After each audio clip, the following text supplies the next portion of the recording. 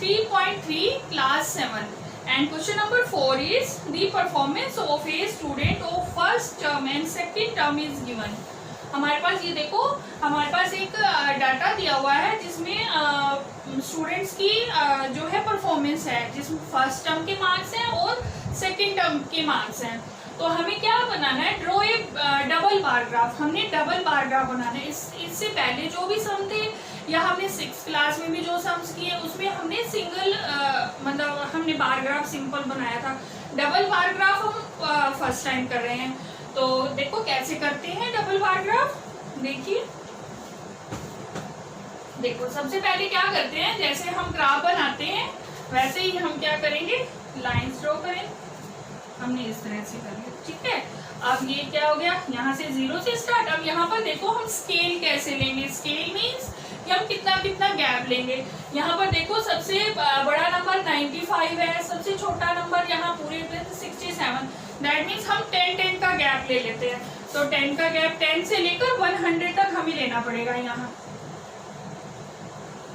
10, 20, 30, 40, 50, 60, 70, 80, 90 और 100, ठीक है। तो यहाँ पर जो है हमारे पास हम सब्जेक्ट राइट करेंगे और यहाँ पर हम क्या कर रहे हैं, मार्क्स, जो हमारे पास आउट ऑफ 100 मार्क्स हैं ये। तो अब देखो डबल बार ग्राफ में जो है हमें दोनों को साथ साथ बनाना है, जैसे फर्स्ट टर्म और सेकंड टर्म हमने साथ साथ लेना है। अब देखो सबसे पहले जो है फर्स्ट टर्म में देखते हैं इंग्लिश के मार्क्स कितने हैं, 67। तो हमने जैसे हम ग्राफ बनाते हैं वैसे ही हमने क्या करना है, नीचे का एक बॉक्स छोड़ के हम क्या करेंगे, 67 हम तक हम करते हैं। देखो ये 60 और 70 के बीच आई थिंक यहाँ पर होगा ये। तो यहाँ से हमने 1 बॉक्स छोड़ के जो आपका कंप्लीट एक बॉक्स होता है ग्राफ में, उसमें हाफ को आप फर्स्ट टर्म का ले लेना और हाफ को सेकंड टर्म का ले लेना। तो यहाँ से देखो ये 67 हमने इस तरह से कर दिया, ठीक है। अब उसके बाद सेकंड टर्म का भी इसके साथ ही बनाएंगे 70। तो 70 देखो थोड़ा सा ऊपर है, यहाँ से ये इस तरह से, ये बाकी का हाफ ये इस तरह से, ठीक है। ये इस तरह से डबल ग्राफ बनाते हैं। अब इसके बाद देखो अगला क्या है, हिंदी में ये क्या था, इंग्लिश। अब इसके बाद हिंदी क्या है, 72 फर्स्ट टर्म का 72, 70 ये 72 यहाँ पर 1 बॉक्स छोड़ देंगे फिर से 72 और फिर 65, 60 और 65 यहाँ पर आ जाएगा। देखो अब इसमें ना हमें एक काम और करना है। देखो ये सारा सेम सेम लग रहा है, हम थोड़ा सा ऐसे करते हैं कि जैसे कि हमने फर्स्ट टर्म के मार्क्स को तो हमने इस ये लाइंस लगा दी हमने, कि हमें पता चल जाएगा कि ये फर्स्ट टर्म के हैं और ये सेकंड टर्म के। फिर अगेन फर्स्ट टर्म ये इस तरह से, ये सभी फर्स्ट टर्म वालों पे हमने इस तरह से लाइंस लगा दी। अब उसके बाद देखो ये किसके थे, हिंदी के, ठीक है। इसके बाद क्या है, मैथ्स। मैथ्स में 88, तो 80 और 8 यहाँ पर आ जाएगा। यहाँ से अगेन 1 वर्क छोड़ देंगे 88 और सेकेंड टर्म में 95 यहाँ तक मिड में। तो इसी को थोड़ा सा ऊपर करके यहाँ देखो ये इस तरह से 95, ये क्या था, मैथ्स, ठीक है। फिर इसके बाद साइंस में 81, 80 और 1 यहाँ पर,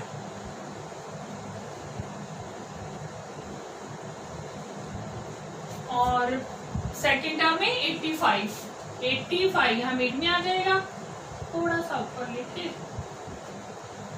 ये। फिर उसके बाद ये क्या था, साइंस, ठीक है। और यहाँ पर एसएसटी में 73, फर्स्ट टर्म में 73 यहाँ पर थोड़ा सा ऊपर यहाँ, और 75 सेकंड टर्म में 75, ठीक है। ये क्या था, साइंस और ये सोशल साइंस, ठीक है। ये क्या थे हमारे पास, सब्जेक्ट। सब्जेक्ट, तो यहाँ पर आप क्या राइट करोगे, मार्क्स लिखोगे। तो यहाँ पर हमारे पास फर्स्ट टर्म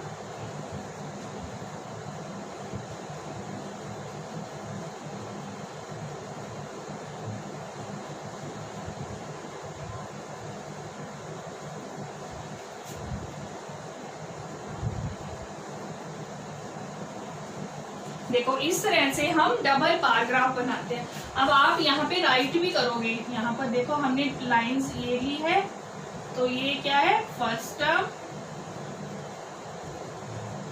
और ये जो है सिंपल वाली ये सेकंड टर्म।